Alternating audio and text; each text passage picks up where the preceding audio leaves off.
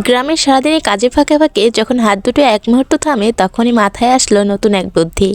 1 টাকাও খরচ না করে নিজের আইডিয়া আর হাতের জাদুতেই বানিয়ে ফেলাম একটা ওয়ালমেট। কখনো রান্না, কখনো ঘরের কাজ, এই সব ব্যস্ততার মাঝেই জন্ম নেয় ছোট ছোট সৃষ্টির আনন্দ। আমার গ্রামের জীবন মানে শুধু পরিশ্রম নয়, একটু বুদ্ধি আর ভালোবাসা মিশেই সব কিছু হয়ে উঠবে প্রাণবন্ত ও সুন্দর। হ্যালো এভরিওয়ান, আসসালামু আলাইকুম। আমার আজকে সারাদিনের ব্লগে থাকছে সকাল দুপুরে রান্নাবান্না ও খাওয়া দাওয়া, তারপরে একটা নতুন আইডিয়া দিয়ে একটা সুন্দর একটা জিনিস বানিয়ে ফেলা। তো এখানে সকালবেলা উঠেই আমি আর কি গোলা রুটি বানিয়ে আলু ভাজি করে খেয়ে নিছিলাম। তারপর এদিকে এরই মধ্যে আমার শ্বশুরপু বাজার নিয়ে আসছে, তো এখানে মুরগিগুলো আমি উঠিয়ে রাখছি আর এখানে সবজিগুলো আলাদা করে রেখে দিচ্ছি। এখানে কিছু ডিম নিয়ে আসছে, ডিমগুলো ফ্রিজে রেখে দেবো, তবে মনে করলাম শীত যেহেতু ডিম ফ্রিজে রাখবো না। আর এদিকে যেহেতু দোচুলায় রান্না করি, ছাই উঠাতে হয়, কিন্তু এখানে ছাইটা এত ফ্রেশ দেখছিলাম, অনেক ভালো ছিল, তাই আর কি চেলে আমি আর কি রেখে দিচ্ছি কিছু, কারণ আমি ছাই ব্যবহার করি। ভীমের সাথে ছাই দিয়ে মাজলে অনেক অনেক ভালো পরিষ্কার হয়। আর এখানে মুরগিটাও কেটে নিয়েছিলাম, তারপর চলে গেলাম দুপুরের খাবার দাবার আয়োজন করতে। তো এখানে সিম দিয়ে আর কি তরকারি রান্না করা হবে, সেগুলো কেটে নিয়েছিলাম, বেগুন ভাজিও কেটে নিলাম। তারপর কিছু থালা বাসন ছিল যেগুলো ধুয়ে নিলাম। এখানে ভীম দিয়েই মাজা হয়, কিন্তু এর সাথে যদি একটু ওই যে ছাইটা অ্যাড করা হয় সেই সুন্দর পরিষ্কার হয়, আমার কাছে বেশ ভালো লাগে। তারপর চলে গেলাম সব কিছু ধুয়ে নিতে, তো মাছ টাছ ধুয়ে নিলাম, এখানে সবজিগুলো ধুয়ে নিচ্ছিলাম। তারপর চলে যাবো আমি রান্নায়। তো দোচুলা যেহেতু রান্না করা হয় আর পাতা দিয়ে রান্না করা হয়, মাঝে মাঝে চলাও দেওয়া হয়, তো পাতাগুলো দিয়ে চুলাটা রেডি করে নিচ্ছিলাম আর আগুনটা ধরিয়ে এখন আমি ভাতটা উঠিয়ে দিচ্ছি আর এদিকে কড়াইটা উঠিয়ে দিব।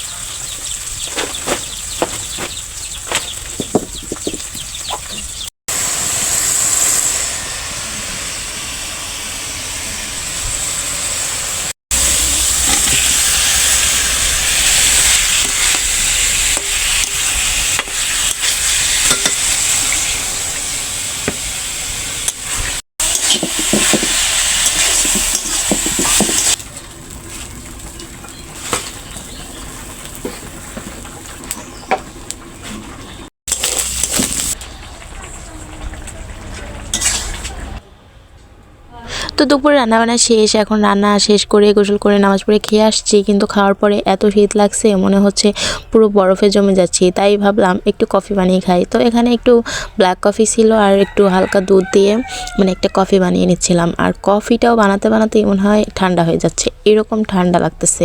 কার কেমন ঠান্ডা লাগছে জানি না, তো তবে আমাদের এদিকে অনেক বেশি শীত লাগতেছে।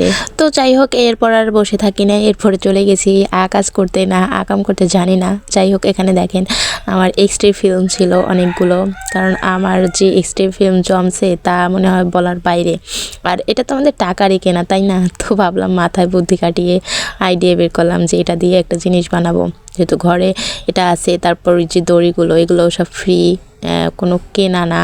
আর এই রিপোর্টের এই ফিল্মগুলো তো আসলে টাকা দিয়েই কেনা। তো যাই হোক, এখানে আমি একটা ফেভিকল নিয়ে নিলাম আর তারপরে এরকম ফুলের শেপ মতো কেটে, এখানে দেখেন, দেখলেই বুঝতে পারবেন আমি কীভাবে লাগিয়ে নিচ্ছি। তো দড়িটা আর কি মানে ঘুরিয়ে ঘুরিয়ে একদম ফুলের শেপের মতো লাগিয়ে নিচ্ছিলাম। তো এরকম লাগাতে লাগাতে আমার প্রায় অনেক শীত লেগে গেছে। আমি হাতের এসব কাজগুলো আগে অনেক করতাম মোটামুটি, কিন্তু বিশেষ করে এখন কয়েক বছর অনেক দিন করা হয় না, তাই একটু আনইজি লাগছিল আর একটু প্রথমটা দিতে একটু সময় লাগছিল। পরে আস্তে আস্তে দেখি না, একদম খুব সহজে দেখেন কি সুন্দর করে দিয়ে ফেলছিলাম, খুব তাড়াতাড়ি হয়ে গেছে। প্রথম দিকে একটু কষ্ট হচ্ছিল, যাই হোক পরে দেখি ফাইনাল লুকটা বেশ ভালো লাগছে। তো এই তো প্রায় শেষ বানানো, আর দেখেন এটার লুকটা কেমন হয়েছে আপনারা কমেন্ট করে আমাকে জানাতে পারেন। আর এরকম শূন্য টাকায় ঘরে বসে বসে না থেকে এরকম একটা জিনিস বানিয়ে ফেলছি, সেটা মনে হয় ভালোই লাগবে, তাই না? তো যাই হোক, এটা তো পরে অলে আর কি টানানোর বিষয়, তো কোথায় টানাবো সেটা নিয়ে আমি আমার বর করতেছিলাম। আর এখানে আমার একটা লতা ছিল ঘরে কেনা, তো সেটা দিয়ে একটু ডেকোরেশন করে নিচ্ছিলাম। এই জায়গায় সুন্দর হয়েছে, এই জায়গা দিয়ে তো ওই যে দলনার পাশ দিয়ে এটা সুন্দর হয়েছে এখন। তো আপনারা আমাকে কমেন্ট করে জানাতে পারেন এই শূন্য টাকায় এই অলমেটটা আসলে কেমন লাগলো আর কেমন হলো। তো আজকের ব্লগটি আমি এখানেই শেষ করছি। আপনারা ভালো থাকবেন, সুস্থ থাকবেন। আর আমার ব্লগের যদি কোনো অংশ আপনাদের ভালো লাগে সেটা আমাকে অবশ্যই একটু কমেন্ট করে জানাবেন। সবার সুস্থতা কামনা করে আজকে এখানে বিদায় নিচ্ছি। আল্লাহ হাফেজ।